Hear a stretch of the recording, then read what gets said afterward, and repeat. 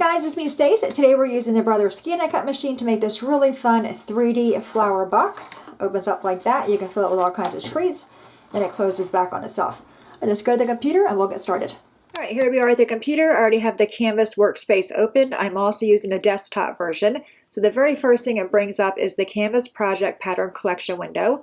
You will see a search box. Go in and click inside the search box with your mouse. It'll bring up all these categories. I'm going to go to the category of spring and click on that one. And the project we're making is the very first one, this flower gift box. Go and click on that. You'll see it brings up a preview window. Then we have one mat, which is mat A. I'm going to move this window out of my way so I'm able to see inside my workspace.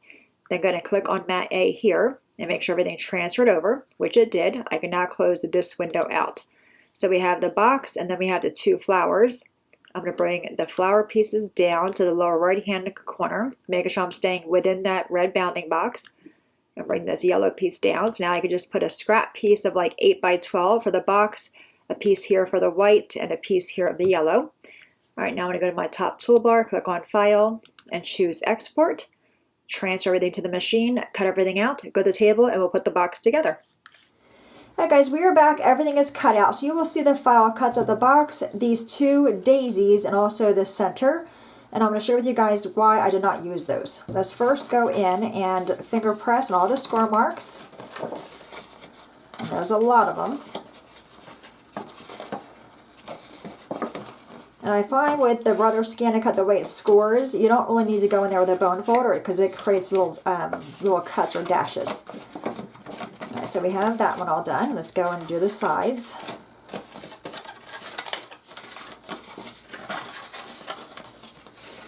Now the box I do find is rather tricky to close the first time. But once you have it closed, then it's easy to go. It's easy to close.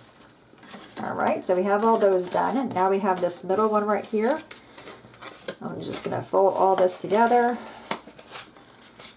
and just go across. All right, now we have the top one. We have these triangles. And I'm going to do them a few ways, going both directions. Just so they're nice and flexible.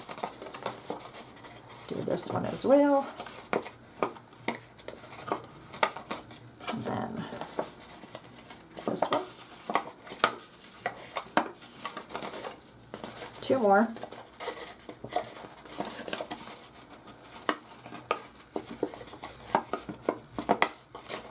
And our last one here.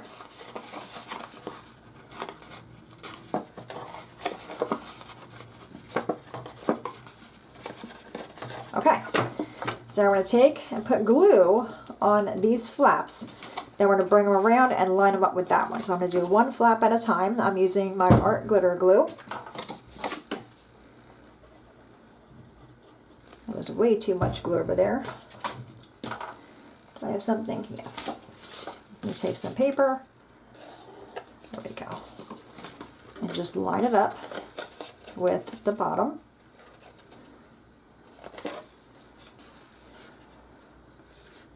Let it sit for a minute to make contact. I'm also going on the inside and just giving it a little push. The art glitter glue dries pretty quickly though. So I'm going to put some more on this flap. I'm going to take that same paper that I did earlier and just wipe off. It's actually easier to spread the glue around. There we go. I like the paper idea, guys. By spreading the glue, you don't get those big globs of glue coming out and you're getting it edge to edge without using a whole lot of glue. Good idea, Stace. All right.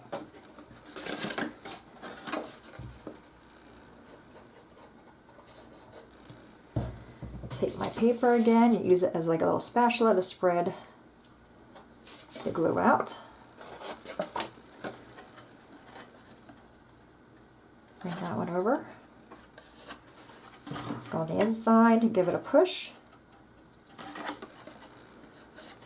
All right, two more. I'm going to do both of these at the same time. Take my glue, spread it.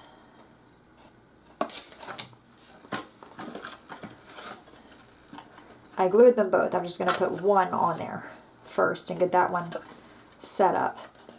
And then we'll go in and grab the other one, and also this little tab right there. We don't want to forget about that tab or this tab. So I'm going to put some glue on this tab and that tab. And again, I'm going to just spread it with my paper. That way it goes to edge, and it's a nice thin layer. Okay, bring this one in first. Get your bottom piece lined up, and as you're doing that, kind of squeeze that one. Like that.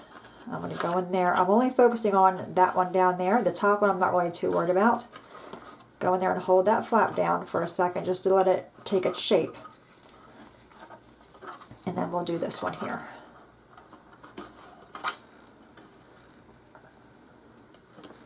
Alright, I'm going to go in there and just press it with my fingers. And then also do the sides really well. Make sure they're nicely down. Alright, now comes the hard part.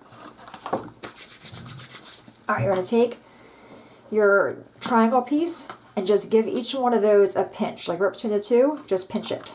Like that. Pinch. Pinch. Pinch.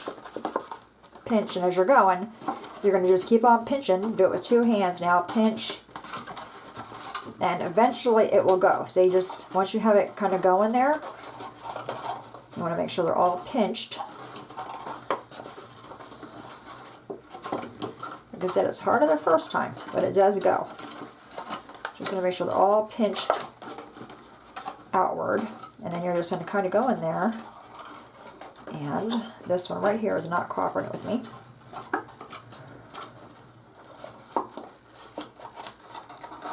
There we go. Is that right? Yep. Okay.